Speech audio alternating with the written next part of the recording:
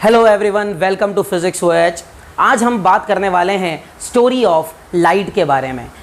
आप सभी बचपन से ही लाइट के बारे में जानते हैं और लोअर क्लासेस में आप सभी ने पढ़ा हुआ है कि लाइट जो होती है वह फॉर्म ऑफ एनर्जी होती है जो कि हमें क्या करती है, ऑब्जेक्ट्स को देखने की क्षमता यानी कि एबिलिटी प्रोवाइड करती है। ये बिल्कुल सही है, लेकिन लाइट का नेचर क्या होता है, यह एक बहुत ही जटिल प्रश्न है, यह एक बहुत ही कॉम्प्लेक्स प्रश्न है। आप सोच रहे होंगे उसमें क्या कॉम्प्लेक्स है, तो चलिए लाइट की स्टोरी को सुनते हैं। जी हाँ, स्टोरी ऑफ लाइट। तो लाइट की कहानी जो है, लाइट की कहानी स्टार्ट होती है न्यूटन के ज़माने से। जी हाँ, वही न्यूटन जिन्होंने यूनिवर्सल लॉ ऑफ ग्रेविटेशन दिया था, वही न्यूटन जिन्होंने मैकेनिक्स में लॉज ऑफ मोशन दिए थे, वही न्यूटन जब लाइट में इंटरेस्टेड हुए और वो स्टडी करने लगे लाइट को, तब उन्होंने अपनी एक थ्योरी जो है वह प्रपोज की। यह थ्योरी जो है इसे कहा जाता है Newton's corpuscular theory. Newton's corpuscular theory यह कहती है कि लाइट जो है वह छोटे छोटे टाइनी पार्टिकल्स के फॉर्म में क्या करती है, मूव करती है। इसका मतलब यह है कि जब भी कोई लाइट सोर्स लाइट इमिट करता है तो वह क्या करता है, छोटे छोटे पार्टिकल्स इमिट करता है जिन्हें हम कार्पस्कल्स कहते हैं।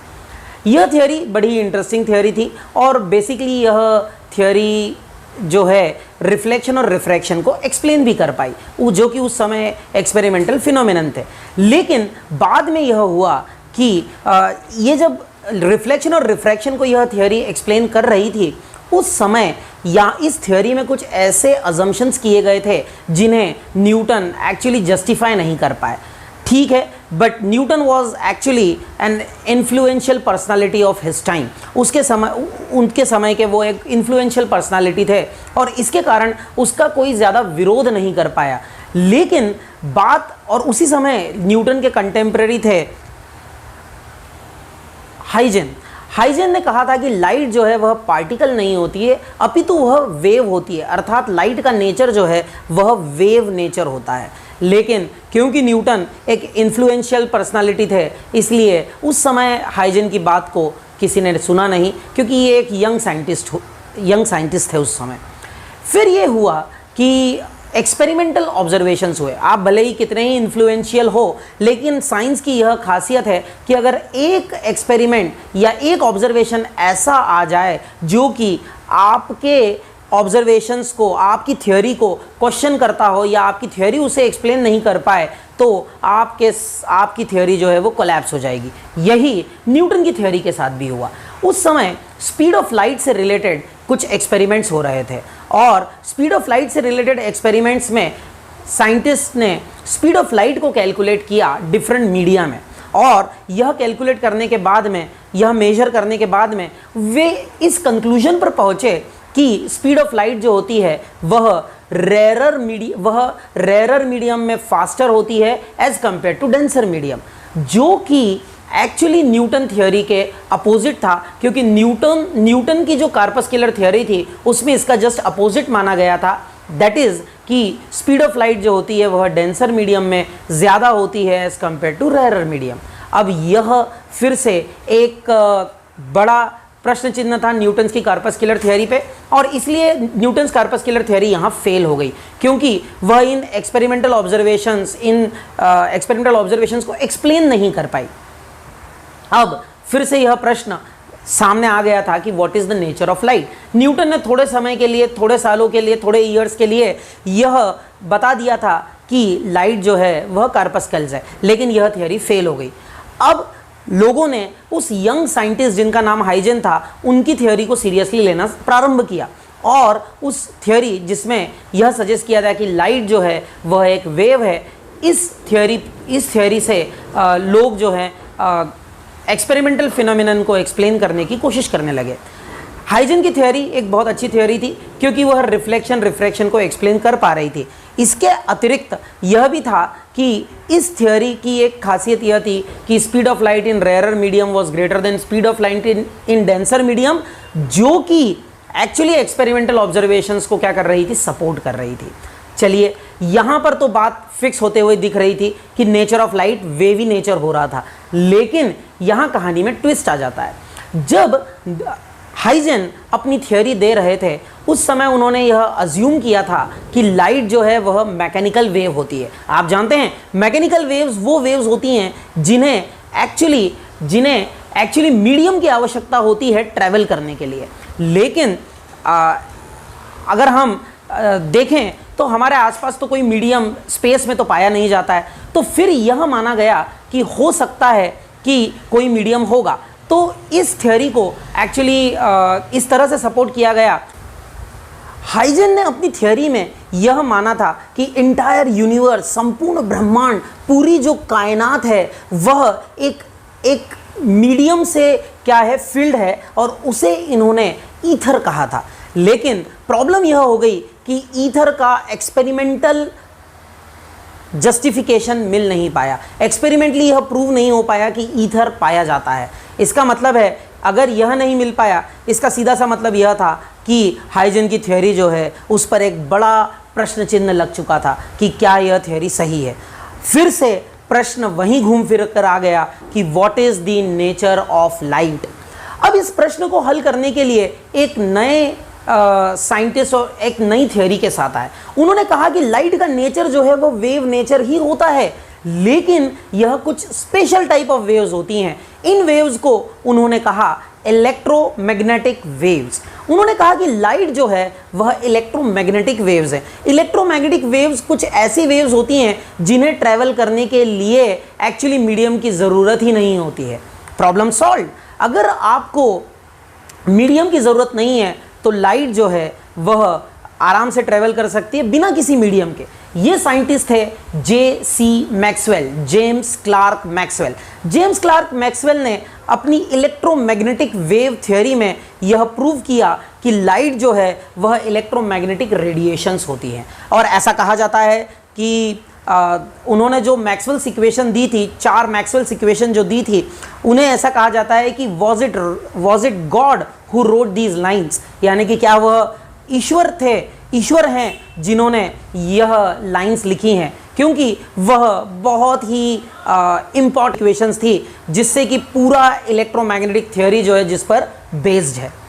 आगे जो है जेम्स क्लार्क मैक्सवेल ने इस प्रॉब्लम को सॉल्व कर दिया। अब मीडियम की ज़रूरत नहीं थी और आप सोच रहे होंगे कि अब सब सेटल हो गया है, अब कोई दिक्कत नहीं है।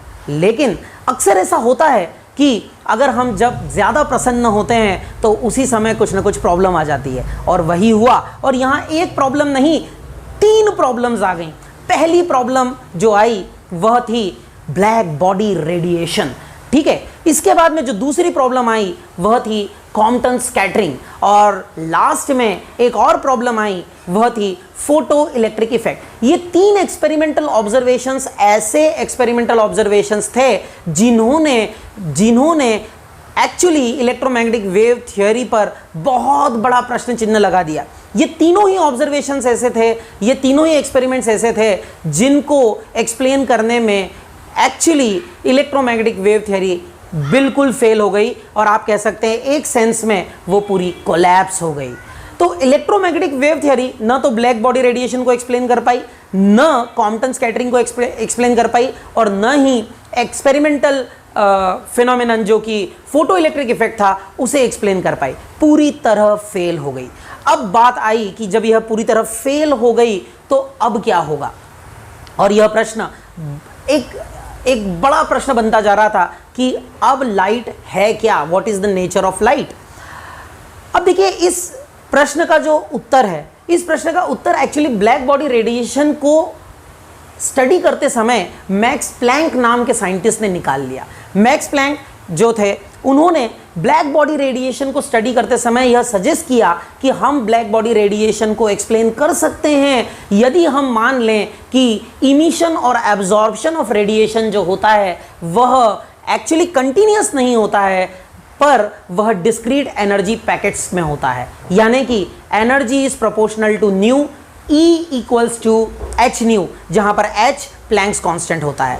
मैक्स प्लैंक ने यह थ्योरी दी थी और ब्लैक बॉडी रेडिएशन को वो सक्सेसफुली एक्सप्लेन कर पाई। अच्छा, इसी थ्योरी को, इसी कॉन्सेप्ट को, जिसे प्लैंक्स थ्योरी भी कहा जाता है, इसी कॉन्सेप्ट को लेकर एक्चुअली जो कॉम्पटन स्कैटरिंग है वह भी सक्सेसफुली एक्सप्लेन कर दिया गया। तो अब जो है 2 प्रॉब्लम सॉल्व हो गई थी, लेकिन फोटो इलेक्ट्रिक इफेक्ट अभी बाकी था। इस फोटो इलेक्ट्रिक इफेक्ट को एक्सप्लेन करने के लिए साइंटिस्ट लगे हुए थे, भिड़े हुए थे, लेकिन कोई भी इसमें सक्सेसफुल नहीं हो रहा था। अब बात आई 1905, जो कि फिजिक्स या साइंस के इतिहास में एक बहुत महत्वपूर्ण साल है। इस ईयर जर्मनी में एक पेटेंट डिपार्टमेंट में काम करने वाले पेटेंट ऑफिसर ने एक्चुअली एक थ्योरी लिखी और इस थ्योरी को उन्होंने मैक्स प्लैंक को भेजा। यह थ्योरी एक्चुअली मैक्स प्लैंक की ही थ्योरी पर बेस्ड थी और उस पर उन्होंने एक्चुअली उसे यूज़ करके फोटो इलेक्ट्रिक इफेक्ट को एक्सप्लेन कर दिया था। अगर आपको लगा होगा कि बहुत बड़ा धमाका हो गया, कुछ नहीं हुआ, कुछ समय लगा, लेकिन उसके बाद में मैक्स प्लैंक को जब वो थ्योरी मिली तो उन्होंने उस पेटेंट ऑफिसर को एक्चुअली बुलाया और उन्हें पूछा। और आप जानते हैं क्या, आप जानते हैं ये ऑफिसर कौन थे? ये पेटेंट ऑफिसर कोई और नहीं, अल्बर्ट आइंस्टाइन थे। अल्बर्ट आइंस्टाइन जो थे, उन्होंने मैक्स प्लैंक की थ्योरी का इस्तेमाल करते हुए एक्चुअली एक बहुत बड़ी सफलता अर्जित की थी। उन्होंने फोटो इलेक्ट्रिक इफेक्ट को एक्सप्लेन कर दिया था।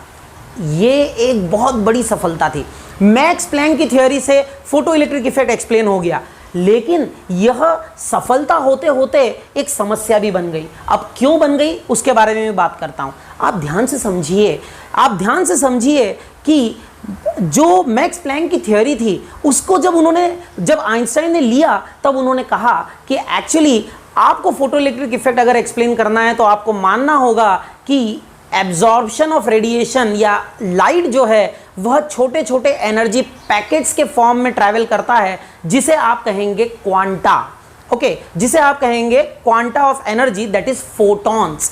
तो ये जो फोटॉन्स हैं यह फिर से एनर्जी पैकेट्स हैं और इनकी energy directly proportional to frequency of light होगी।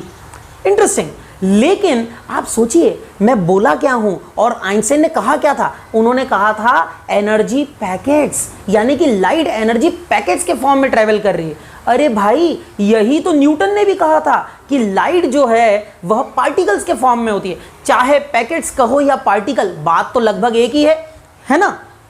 और बात फिर से वही घूम फिर कर आ गई। 250 साल 300 साल पहले जो न्यूटन ने कहा था वही बात फिर से आ गई कि लाइट का नेचर पार्टिकल हो रहा है। बीच में वेव था, अब फिर पार्टिकल हो गया। मतलब कंफ्यूजन गहराता जा रहा था। अब देखिए कैसे कंफ्यूजन गहरा रहा था।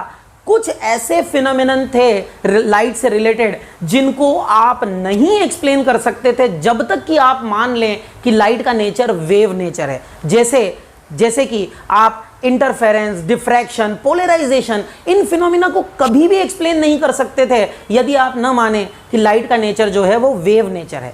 लेकिन यहां पर 3 फिनोमिनन जो हमने अभी पढ़े, जिनके बारे में हमने अभी बात की, कौन कौन से? Black body radiation, Compton scattering, photo electric effect. ये तीनों ऐसे फिनोमिनन थे जिनको आप नहीं एक्सप्लेन कर सकते तब तक कि जब तक कि आप न मान ले कि लाइट जो है वह एक्चुअली एक पार्टिकल नेचर रखती है, एनर्जी पैकेट्स के फॉर्म में है। तो अब जो है फिर से प्रश्न, आइंस्टाइन ने ये प्रूव कर दिया, फोटो इलेक्ट्रिक इफेक्ट की थ्योरी दे दी, एक्सप्लेन कर दिया और उन्हें नोबेल प्राइज भी मिल गया। लेकिन एक्चुअली इस थ्योरी ने और प्रश्न चिन्ह लगा दिए नेचर ऑफ लाइट पर। आखिर लाइट है क्या? फिर से एक प्रश्न बन गया, क्या वह वेव है, क्या वह पार्टिकल है क्या आखिर लाइट?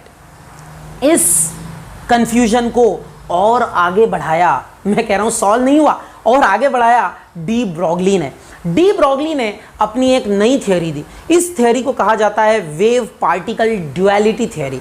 उन्होंने कहा कि लाइट जो है आप चिंता ना करें, लाइट पार्टिकल भी है, वह वेव भी है, वह दोनों हैं, वह वेव पार्टिकल ड्युअलिटी रखती है। कुछ ऐसे एक्सपेरिमेंटल ऑब्जर्वेशंस होते हैं जिनमें लाइट जो है वह वेव नेचर शो करती है, और कुछ ऐसे एक्सपेरिमेंटल ऑब्जर्वेशंस हैं जिनमें लाइट जो है वह पार्टिकल नेचर शो करेगी। यानी कि लाइट का ड्वेल नेचर होता है, यानी कि मायावी प्रवृत्ति होती है कि कभी वह पार्टिकल है, कभी वह वेव है।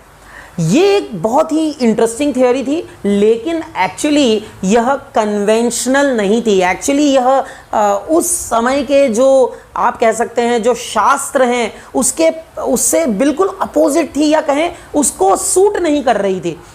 यह थ्योरी जब दे रहे थे, डी ब्रॉगली जब अपने पेपर को प्रस्तुत कर रहे थे, उस समय वहाँ पर एक सीनियर साइंटिस्ट बैठे थे।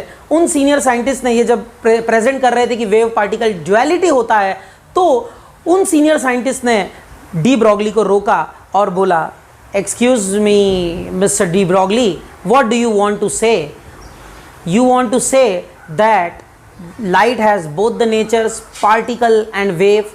Is it so? Is it like on alternate days light is a wave, on other alternate days light is a particle, and on Sunday it is closed? We don't talk about light on Sunday. अब देखिए, D Broglie को अपनी theory पर बहुत भरोसा था। यह एक ऐसा स्टेटमेंट था कि जिससे कोई भी यंग साइंटिस्ट जो है वह क्या हो सकता था, डीमोटिवेट हो सकता था। लेकिन ये डी ब्रॉगली के केस में नहीं हुआ। डी ब्रॉगली ने कहा, आप चिंता न करें, मेरी थ्योरी अभी कंप्लीट नहीं हुई है, थ्योरी अभी बाकी है। मेरी थ्योरी केवल और केवल लाइट पर नहीं केंद्रित है। उन्होंने कहा, न केवल लाइट अपितु इस दुनिया में हर मूविंग पार्टिकल जो है उसके साथ में एक वेव एसोसिएटेड है। Every moving particle has a wave associated with it, and he called it de Broglie wave or matter waves. ये एक ऐसी कॉन्सेप्ट थी जो उस समय किसी ने भी इस पर ज़्यादा ध्यान नहीं दिया। लेकिन कुछ समय के बाद 3-4 सालों के अंदर ही डेविसन जर्मर नाम के साइंटिस्ट ने एक्चुअली इसका एक्सपेरिमेंटल प्रूफ दे दिया, जिसमें उन्होंने ये बताया कि इलेक्ट्रॉन जो है उनका वेव नेचर होता है। यह फिर से एक बहुत बड़ी उपलब्धि थी। अगर यह इलेक्ट्रॉन्स के लिए सत्य है तो फिर यह सभी के लिए सत्य हो सकता था, और इसलिए यह प्रूव हो गया कि डी ब्रॉगली वेव्स होती हैं। ओके, सो अब यह माना जाता है कि लाइट जो है उसका ड्यूअल नेचर होता है। लाइट जो है वह ड्यूअल नेचर रखती है। Sometimes it behaves as a, sometimes it acts as a wave, sometimes it acts as a particle. I hope you enjoyed this video. Thank you very much. Like, subscribe and share Physics Voyage for more such videos. Thank you very much. Happy learning. All the best.